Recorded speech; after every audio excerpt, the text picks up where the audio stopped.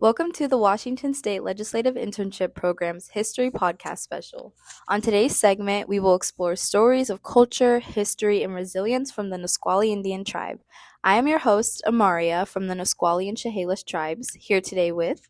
Hi everyone, I'm Amrit, and I'm excited to be here today and learn more about the Nisqually tribe.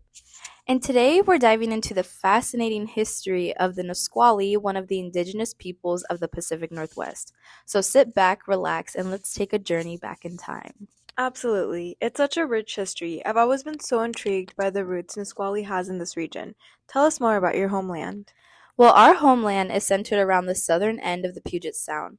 Our traditional territory stretched from the summit of Mount Rainier, or what we call Tokotma, which translates to Don't Forget the Water, all the way to the mouth at the Nisqually Delta. Our traditional name is the Squaliopsh, people of the river, people of the grass. Wow, how interesting. This really shows how central water is to your culture and the bond you guys share with the surrounding environment. And I've heard how important salmon is to tribes in the Pacific Northwest and that they may even be considered gifts. Yes, that's true. The Nisqually have always been a fishing people, and salmon is not only a mainstay of our diet, but it's the foundation of our culture. The Nisqually Indian people depend on salmon runs, and in the past, our rivers flowed full of them. Even today, the Nisqually and other tribes in Washington have the right to salmon fishing that is protected by the federal government. And during the annual runs, about 5 species of ocean-going salmon come up the Nisqually, Puyallup, and other rivers. And the first day of salmon runs is called the first salmon ceremony, or Yomihu, a Nisqually word that means the salmon dance. Is there any other traditional foods or harvesting that you guys eat or gather today? Yeah, so our traditional foods include deer, elk, geoduck, oyster, crab, and of course salmon. And then for plants, we have the camas bowl, bear grass, dandelion root, and then what I love most, berries, blackberry, huckleberry, elderberry, and the coastal strawberry. And traditionally, we traveled together and would set up camps to pick from huge patches in the high country toward Mount Rainier. And also, cedar is very important to us, and we'll strip and harvest those from trees for baskets. And traditionally, we lived in long houses made from cedar trees, and it's really been used to make everything from clothing to canoes to tools. Our tribe's connection to cedar is sacred, as we recognize the plants around us to be a source of both physical and spiritual sustenance. It's amazing how integral cedar was to your lives and used in so many different ways. Speaking of deep cultural connections, are there any other aspects, maybe a language or other customs that you could tell us more about? Yeah, so we Nisqually speak the Lushootseed language in the southern dialect, and Lushootseed comes from 2 words, one meaning salt water and the other meaning language. And Lushootseed speakers were estimated to number about 12,000 at its peak, and now there are about 472 known second language speakers of Lushootseed, and it is classified as critically endangered by the UNESCO Atlas of Languages in Danger. And speaking of Lushootseed language speakers, today with me I have a special guest. If you want to go ahead and introduce yourself. Hi everyone, I'm Peyton. I am 8 years old. My tribe is Nisqually, and I am Amaria's younger sister. Yes, and also Peyton, through the Nisqually Head Start's language revitalization program, has learned some Lushootseed words, and she also learns at her elementary school and teaches her peers, and today she's going to be teaching us. So what's the first word that we're going to learn? Our first word is yo-yo bush, is a butterfly, and it's like the world's like prettiest like animal I've For ever seen. sure. And that's, say it again, yo-yo butch? Yes. Okay, perfect. And the second word? It's gonna be bush, is a crab. Buff. Bush is crab? Buff? Yes. Yeah. Ooh. And then what's the last word that you're The going to last teach? one is peach. That is an adult cat. Peach is adult cat? Yes. Perfect. And I heard too that you can count to 3 in Lushootseed. I want to hear it. Okay. The crow is 1. Hmm. Sally is 2. Hmm. Hulk is 3. Wow, sis. I'm so proud of you. You're learning Lushootseed so well, and you're just amazing to know all that and only be 8. Wow. Thank you. Yes, thank you for joining us. Yes, bye. Have fun learning about Nisqually. It's incredible how the Nisqually have such a deep connection to the land, from the cedar forest to the language they speak. These cultural practices are still alive today, keeping your traditions and heritage vibrant. Absolutely. And when you think about all of these practices and our customs, it really sets the stage for understanding how we were able to navigate the significant challenges that came when European settlers arrived. Exactly. And speaking of challenges, the Nisqually story also involves a powerful leader who played a crucial role in the tribe's resistance and survival. The story of the first chief and the signing of the treaty is an important part of the tribe's history. That's something we'll dive into next. When we talk about Nisqually leadership, one name that really stands out is Chief Leshai. He was born into a unique heritage as his father was Nisqually and his mother was Yakima, which connected him to multiple tribes and perspectives. Yes, our chief Leshai was known as a man of great intelligence with exceptional oratorical abilities. He wasn't just a leader by title, but was frequently called upon to settle disputes among tribes, showcasing his wisdom and diplomacy. And what's interesting is that the Nisqually didn't have a central leader for many years.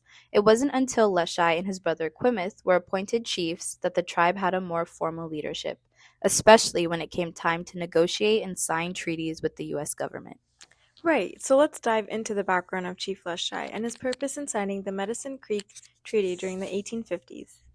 So, as Americans came in growing numbers north of the Columbia, settlers soon claimed Nisqually lands under acts that were meant to facilitate the westward expansion of white settlers, allowing them to acquire land for farming, development, and resource extraction. The McAllister settlement on the fertile lands of the Nisqually Delta is one example of this, as well as Longmire claims to land east of the Yelm Prairies. The establishment of the U.S. Army fort at Steilacoom completed the encirclement of the Nisqually tribe. Yes, and this wave of settlement wasn't an isolated event. It was part of a much larger pattern across the country. It's important to remember the roots of these land seizures that were occurring west of the Mississippi, like the Indian Removal Act of 1830. Starting in the 1830s with the Indian Removal Act, also known as the Trail of Tears, this authorized the U.S. president to negotiate treaties with Native American tribes, essentially forcing them to relinquish their land east of the Mississippi River in exchange for land west of it, leading to the mass displacement of indigenous populations. This pattern of forced relocation continued to unfold in the Pacific Northwest as well. On March 2, 1853, Congress created the Washington Territory, and Isaac Stevens was appointed as the first territorial governor and superintendent of Indian Affairs. His role would become central as European colonists, along with the early U.S. government, expanded their reach into the region, creating new pressures on the native populations. Yes, and it's important to remember that European countries like the French and British had already made informal agreements with Native American tribes to gain access to land and resources. Leshai was known for his friendship and kindness to many early settlers, but nevertheless, the U.S. federal government's treaty enforcement set the stage for an uprising, and Leshai became the central tragic figure. So from 1778 to 1871, this is known as the treaty-making era. The United States signed treaties with many tribes in the Washington Territory in the mid-1800s. They offered schools, hospitals, blacksmith shops, and allowed reserved hunting, gathering, and fishing rights that would extend our livelihood and culture for future generations. The treaties that were signed in the Washington Territory include the Treaty with Walla Walla, Quinault Treaty, Treaty with the Yakima, Treaty of Nia Bay, Treaty of Point No Point, Treaty of Point Elliott, and lastly, our Treaty of Medicine Creek, signed in 1854. Isaac Stevens was the governor of Washington Territory in 1854. He was directly responsible for every Native American affair, including making treaties to acquire land for the United States government. In December 1854, Stevens called a meeting of the tribes who lived in the South Puget Sound area, and he focused on these tribes in particular because they were good laborers, excellent fishermen, and because they were controlling most of the trade in that area. The major tribes included the Puyallup, the Muckleshoot, and the Nisqually. And to get more specific, the newly proposed Nisqually Reservation was in rocky terrain and unacceptable to the Nisqually, who were a riverside fishing people. And Governor Stevens was a determined man, and when he arrived to the treaty site west of the Nisqually River with the full drafted document, there was little discussion. The treaty was not in the tribe's native language and there was no previous negotiations, which meant that Stevens would get all 2.2 million acres, leaving the Nisqually people with what our leader Leshai considered an insult: 1,200 acres on a bluff west of the river. None of the riverside land was included, and the exchange was so unfair that our reservation would later be expanded by an executive order to 4,700 acres on both sides of the river. Okay, so here's my question. How could Stevens have ignored the clear needs of the Nisqually peoples, their history, and their way of life when drafting this treaty, just to decide the fate of an entire people without listening to them? And when you think about it, this wasn't just a land dispute, it was about the survival of the Nisqually people. When we think about those 1,200 acres, we have to ask, how could this land possibly support them? I know, there's no way it could have, and that's exactly what Chief Leshai recognized. The treaty was called the Medicine Creek Treaty because it was signed on a place called Num or Medicine Creek on the Nisqually Delta. On December 26, 1854, the governor asked those he had appointed chief to sign the document. Leshai refused as he felt that the proposed Nisqually and Puyallup reservations were inadequate. He knew that the Nisqually allotment south of the delta on high forested area would condemn the tribe to slow death. There would be no river for fishing, no pasture land for horses, and moreover, to sign the treaty might mean eventually being moved to the lands of the north and ultimately being displaced. Wow, it's almost as if Leshai could see the future unfolding before him. He knew that to accept this treaty might mean eventually being pushed further and perhaps one day being completely displaced or erased. And that's the heart of the tension right there. And while Stevens was sealing these devastating deals, Leshai wasn't alone in wanting peace. Over and over again, he told Stevens the same thing: the Nisqually wanted peace with the white man. During this, Governor Stevens made more treaties north and east, and in early 1855, due to the fear of an Indian uprising, he secured legislature approval for a volunteer militia, believing that the Indian tribes would become hostile because of their issues with the treaties. The acting governor Mason provoked hostilities by ordering rangers to apprehend Leshai and his brother Quimith for preventative reasons. It's almost as if Mason saw them as the flashpoint for what might soon erupt into full-blown resistance. Yes, I could definitely see that. But when the rangers arrived at the Nisqually village, they discovered that Leshai and Quimith had already fled. I mean, in this situation, fleeing seems like a desperate move to protect themselves and their people from what was becoming an increasingly hostile environment. Oh, for sure.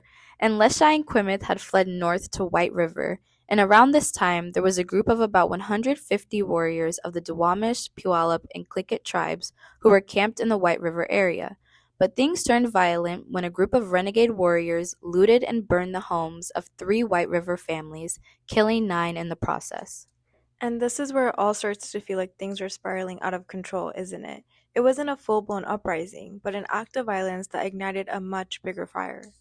Yes, and following this, troops across the White and Green Rivers ensued a 3-day battle during which both sides suffered casualties, and what started as a response to a single act of violence grew into a much larger conflict, which would later be known as the Puget Sound Wars. Interesting. It's so easy to point fingers and say this was the moment everything went wrong. But the truth is, the tensions were so high that one spark could ignite the whole thing. And that spark, the attack on the white settlers, was only one piece of the puzzle. And while that might be true, the governor didn't see it that way. Governor Stevens, returning from his treaty trek, met with the legislature and pledged to ensure the eradication of the hostile Indians. And this is where Stephen's mindset becomes a real point of concern, right? After everything that had happened, after years of unfair treaties, broken promises, and now a bloody conflict, Stephen didn't seek to find common ground. Well, I think he began to realize this soon after, because on the advice of superiors in Washington, D.C., he met with the Medicine Creek Treaty Indians and changed the location of the Puyallup and Nisqually reservations. The new and more adequate Nisqually reservation would be located straddling the Nisqually River, including our traditional Mutt Creek village grounds. So it sounds like Stevens might have taken a small step toward correcting the situation, right? After some pressures from his superiors in Washington, D.C., he finally agreed to meet with the Medicine Creek Treaty Tribes again. Yes, it's definitely something, but is it enough to prevent disaster? I mean, that's a good point. But let's zoom in on Leshai here, because his story takes another turn. Remember, Leshai had fled across the Cascades when the situation became too heated, but by this time he was homesick and perhaps just as desperate for peace as the rest of his people. So in the fall of 1856, Leshai finally returned to the Nisqually Plains. A friend of his, Dr. Tolmie, stated, "In October, Leshai came. He desired to acquaint the Americans, and that if they needed assurance to keep the peace, he would cut off his right hand as proof of his intention never to fight them again." He continuously expressed his willingness to a commanding officer, Colonel Casey at the time, who suggested for him to remain in the woods as prejudice ran high against him. Cutting off a hand. That's something you don't see often from leaders during war. You've got to wonder, how far would you be willing to go to prove your commitment to peace? Leshai wasn't just asking for peace, he was offering a real sacrifice. Yes, and I mean, this goes back to the beginning. We only ever wanted peace with the white man, and at this point, he just wanted his home back and to protect those within it. But sometimes it's your own people who are the ones that betray you. Wait, what do you mean? Well, soon after Leshai's return, Slagia, another Nisqually, was tempted by a large reward and lured Leshai with promises of supposed opportunity for reconciliation with the Olympia white chiefs. It's hard to imagine the mix of emotions. After all, he'd offered peace, yet here he was, betrayed by one of his own people. It must have felt like his worst fears were coming true, being caught up in a war he never wanted, but was now powerless to escape.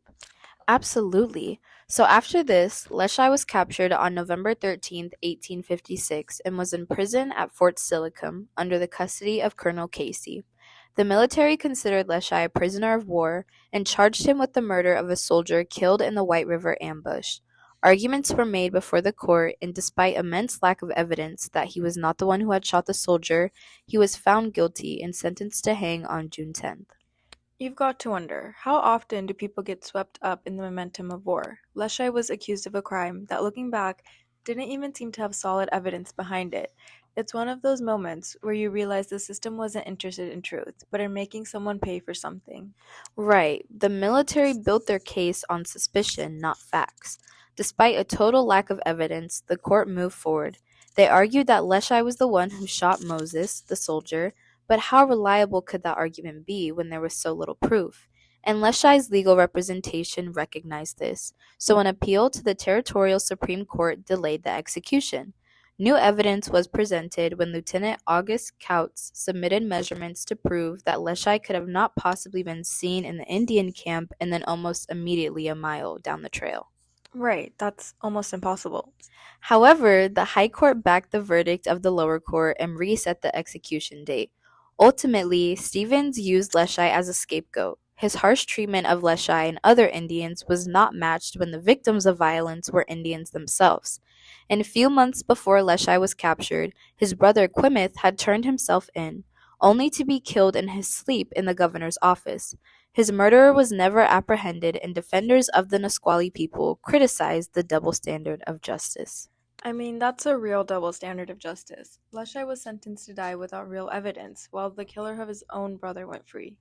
Yes, and Governor Isaac Stevens also could have pardoned Leshai at any time, but chose not to. It's honestly so frustrating to see this play out how it did. Very frustrating. And on execution day, Leshai waited in silence. He had taken a stand for his people in the reservation matter, and in the time the Nisquallies acquired better land, but false accusations and political maneuvering would cost him his life. He accepted fate and made peace with his God. Leshai heard the beating of drums in the distance, and his heart must have become one with his people, the Squalliopsh. He approached the scaffold, bowed his head in prayer. Turning to Thurston County Sheriff Charles Granger, Leshai thanked him for the kindness he had shown him while a prisoner in his care, then said he was ready. Leshai's death was as dignified as his life. Granger believed he had hanged an innocent man that day. His remains were moved to a site at the mouth of Muck Creek as his memorial stone read, "This is the memorial to Chief Leshai, 1818 to 1858, an arbitrator of his people, judicially murdered February 19, 1858, a martyr to liberty, honor, and the rights of his people and his native land, erected by those he died to serve." This is honestly heartbreaking to hear. But Leshai's death, although tragic, became a symbol of something much greater than just one leader's struggle. His sacrifice was the ultimate act of devotion to his people. He died because he believed in something bigger than himself. And Leshai left a greater legacy to his tribesmen who today live on or near the remaining portion of the reservation near Yelm. The courage and determination he displayed on behalf of what he felt rightfully belonged to his people has been carried down through 6 generations of Nisquallies, who today insist on receiving our fishing rights reserved through the Medicine Creek Treaty of 1854. They still hope that someday the portion of our land on the Nisqually Plains where the Muck Creek flows and the blue camas flowers bloom will be regained, and Leshai, last chief of the Nisquallies, will be brought back to a final resting place among his people.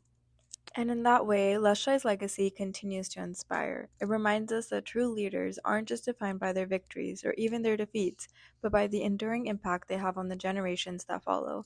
His sacrifice was not in vain. It laid the foundation for the future of his people. The current Medicine Creek Treaty contains X marks representing the signatures of 62 tribal leaders whose names appear on the treaty, but the overwhelming historical evidence indicates that not all those named actually signed, largely because they objected to the inadequate reservations provided to the Puyallup and Nisqually. And with that, and with the end of the treaty-making era and the passing of Chief Leshai, the Nisqually and other tribes were left to navigate a new and increasingly hostile reality. The treaties had been signed, but the challenges of living under these agreements were far from over. So let's take a moment to understand where the Nisquallies people's land history began. Originally, we lived in the Puget Sound watershed long before 1830. The reservation, established by the Medicine Creek Treaty and a later executive order, gave us 4,717 acres, which would be divided into 30 family allotments through the Dawes Act and sold off in parts. In 1917, 75% of our reservation land would be ceded for the construction of Fort Lewis, leaving us with only 1,465 acres today. As the years went by, the impact of losing our land went far beyond the physical loss of territory. The depletion of essential resources further weakened our ability to maintain cultural practices and ways of life that we had sustained for generations. This ongoing struggle to reclaim our rights, particularly our right to fish and hunt, gradually gained momentum. What started as a fight for land and salmon evolved into a larger movement for native sovereignty and justice, one that would eventually draw national attention to the Nisqually Indian struggles. Fast forward to the 1960s and 1970s, we enter a transformative period for civil rights in the United States, a time when activism surged and Native communities began to push back against centuries of oppression. That's right. At the heart of what would become known as the American Indian Movement, or AIM, was a powerful demand, the right to self-determination. Native peoples were no longer willing to accept the federal government's policies that had systemically stripped them of their land, sovereignty, and voice. On the West Coast, significant activism and landmark legal victories as tribes in Washington, Oregon, and Northern California took a stand against federal policies that had long disregarded our rights. Yes, I've heard a bit about fish-ins or fishing protests of the early 1970s. Yeah, so as we've set the scene with the story of the Nisqually and the Medicine Creek Treaty, back in 1856, Stevens promised us the one thing he knew we would insist on, a clause in Article 3 granting us the right to take fish at all usual and accustomed stations, in common with the citizens of the territory. Now, one man, Billy Frank Jr., was well aware of treaty rights, as his father, Willie Frank, was born only 25 years after the treaty was signed, and kept and relayed oral history to Billy about our traditions, the treaty, the land, everything throughout his life. Willie Frank Sr. frequently said, "When the tide is high, the table is set," and the right to fish was critical to the survival of the Nisqually, Puyallup, and other local tribes represented in the treaty. Okay, so this is where the treaties come into play. These agreements were meant to secure fishing rights for Native tribes, guaranteeing that they could continue to harvest salmon in the same places they always had. But fast forward to the 20th century, and those rights were under serious threat. Yes, perfect way to sum it up. The state of Washington was passing laws which affected the ability for us to fish, while non-Indian salmon fishing soared after World War II. By the late 1950s, there were hundreds of commercial netters as they caught salmon by the millions of tons in the Pacific and Puget Sound. Ironically, much of the public blame was attributed to Indian lawlessness and overfishing, when in fact, at the time of the fishing rights cases, native fishermen were taking only about 5% of the harvest, with commercial fishers taking 90%. That difference says a lot. And tribes claim that the real culprits in the salmon's decline were commercial fishing, dams, and logging, and research would eventually prove them right. In the midst of this growing tension, one name stands out as a symbol of resistance and advocacy: Billy Frank Jr. His story is not just about fishing, it's about a lifelong fight for the rights of Native peoples and a stand against policies that threatened our very existence. Okay, tell me more. Well, Billy Frank spent his formative years on a 6-acre property called Frank's Landing, situated along the Nisqually River. His father had purchased this land after the family's forced relocation from their reservation due to the expansion of Fort Steilacoom, or what is now known as Joint Base Lewis McChord. Frank, a member of the Nisqually tribe, was arrested in December 1945, when he was just 14. He'd set a net on the Nisqually River at a site his family and ancestors had fished at for centuries. He hid his canoe under a fallen maple and arose early the next morning, while it was still dark, to claim and clean his catch. But while doing so, there came a shout. "You're under arrest!" Billy tried to scramble away, but 2 game wardens soon had him by the arms. "Leave me alone, goddammit!" he screamed. "I live here!" And furthermore, the 1854 Treaty of Medicine Creek guaranteed him and other indigenous peoples the right to fish at all usual and accustomed grounds. It was his first arrest. Nearly 20 years later, in 1964, the first fish-in was staged at Frank's Landing. Native fishers would fish in their ancestral waters and wait to be arrested by state authorities. The media was contacted before the fish-in, so reporters and photographers would be there when arrests were made. And these fish-ins were modeled after the sit-ins of the civil rights movement. Frank and many other native fishers got arrested over and over so that the public would know what was going on. Frank was arrested more than 50 times. He became one of the most recognizable people in the fish wars. I mean, let's think about this for a moment. Over 50 arrests, Billy and others were repeatedly criminalized for doing what they believed was their legal right, all while the state of Washington continued to push harder against their fishing practices. Yup, and Frank told stories throughout the 1960s of declining salmon runs and aggressive state policing, where they would have boats and nets confiscated, they were chased and tear gassed, punched and pushed face first into the mud while being handcuffed and dragged soaking wet to the county jail. Those images are incredibly powerful and disturbing, but they tell us so much about the lengths of which Billy Frank and the other tribes were pushed. And all of this happened against the backdrop of declining salmon runs, which was a direct blow to their way of life. The very thing that sustained them was in jeopardy, and the state was not letting up. Yes, and the escalating tensions on the Puget Sound mirrored the broader struggles taking place across the country in the 1960s. It wasn't just Native communities that were pushing back, the civil rights movement was in full swing, and leaders like Martin Luther King and Cesar Chavez led movements pressing government for fairness and justice. Social beliefs and cultural landscapes were changing. That's such an important connection to make. The struggles of Native tribes were part of this larger wave of social change.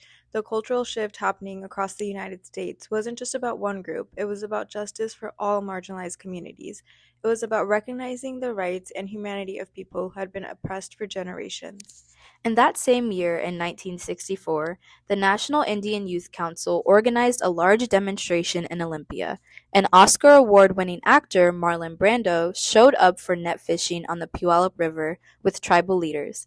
These efforts continued for 4 years, until 1968. The situation became so threatening that the Unitarian Fellowship in Olympia sent a telegram to the Department of Justice saying that the federal government has not exercised its responsibility to the tribes. They were appalled at the legal abuse and injustice exercised by state agencies and local courts, and expressed fear that loss of life was more than a probability.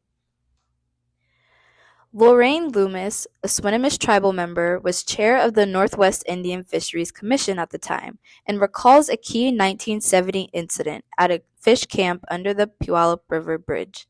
State officials gassed and jailed some 60 tribal fishermen, and the incident was witnessed by Stan Pitkin, at the time the U.S. Attorney for the Western District of Washington. He was so upset by what he saw that 9 days later, on September 18, 1970, the Justice Department filed suit in United States v. Washington. This was huge. By bringing the case to the court, the federal government was essentially taking a stand for the tribes and challenging the state's blatant disregard for the treaty rights. It was the kind of legal action that could reshape everything for Native peoples in the region. It was about more than just fishing. It was about affirming the validity of those treaties and the promises made to Native communities. This is very true, as the suit asked for declaratory relief for treaties covering the Puget Sound and Olympic Peninsula watersheds. And with this, the tribe's situation seemed to be brightening. With the U.S. committed to standing behind the treaties, funding for expert witnesses was assured, as well as a team of excellent government lawyers. The case was assigned to Judge George Hugo Bolt, and the trial began on August 27, 1973. As far as arguments, the state held firm to its position that native treaty fishermen must be treated like any other citizens and were fully subject to state regulation. The tribes and the federal government, citing precedent, said that treaty provisions, having been drafted by the federal government in its own language, must be construed as they would have been understood by the tribes. Yes, as they should. And so with this, the decision in the United States v. Washington, issued on February 12, 1974, was a thunderous victory for the tribes. The treaties were declared the supreme law of the land and trumped state law. Judge Bolt held that the government's promise to secure the fisheries for the tribes was central to the treaty-making process, and that tribes had an original right to fish. It was not for the state to tell the tribes how to manage something that had always belonged to them. Right, and that's such an important distinction. The treaty didn't give the tribes the right to fish. It recognized and extended a right that had existed for generations. So the idea that the state could dictate how the tribes managed something so essential to their culture and survival was simply unjust. Exactly, and this brings us to the right to fish at all usual and accustomed grounds and stations, which was a central part of our treaty. The judge's decision confirmed that this right extended far beyond just reservations. It included off-reservation sites as well, even those lands that had already been diminished. The right to fish extended not just to tribes, but to each tribal member. So when the state tried to limit where and how the tribes and members could fish, they were directly violating that core promise. The ruling made it clear that the right to fish wasn't restricted by the state's boundaries or by sinking reservations. It applied wherever they had traditionally fished. Yes, and finally, the judge directed the state to take measures to restrict non-Indian fishing when necessary for conservation purposes. This ruling was especially humiliating for the state, as before Judge Bolt's decision, state law enforcement had primarily focused on targeting and restricting Indian fishing and not non-Indians. The roots of the Bolt decision started in the mid-1800s, when the Washington Territory's first governor, Isaac Stevens, signed a series of treaties with indigenous nations that guaranteed our off-reservation fishing rights. And that was fine with white settlers, who were more interested in farming and logging than fishing back then. But Bolt's ruling upheld the validity and enforceability of the Stevens treaties to the current day, as well as guaranteed us 50% of the available harvest every year through our traditional fishing grounds and defined us as co-managers of state fisheries. The Bolt decision really stands for the proposition that the treaties are the law, and they have to be followed, even as the tribes and the world have changed. Yes, and Billy Frank Jr. was given many awards and honors during and after his lifetime. He received the Martin Luther King Jr. Distinguished Service Award for Humanitarian Achievement. In 2015, the year after his death, President Barack Obama awarded Frank the Presidential Medal of Freedom, the highest non-military award in the United States. Also, in 2015, the Nisqually National Wildlife Refuge changed its name to the Billy Frank Jr. Nisqually National Wildlife Refuge, and Frank was inducted into the Native American Hall of Fame in 2019. To honor Frank, the Washington legislature voted to install a statue of him in Washington, D.C. that will be revealed this year in 2025. The 9-foot statue of bronze will be in the National Statuary Hall collection, comprised of statues donated by individual states to honor persons notable to the state's history. How amazing and well deserved. In conclusion, both treaty rights and sovereignty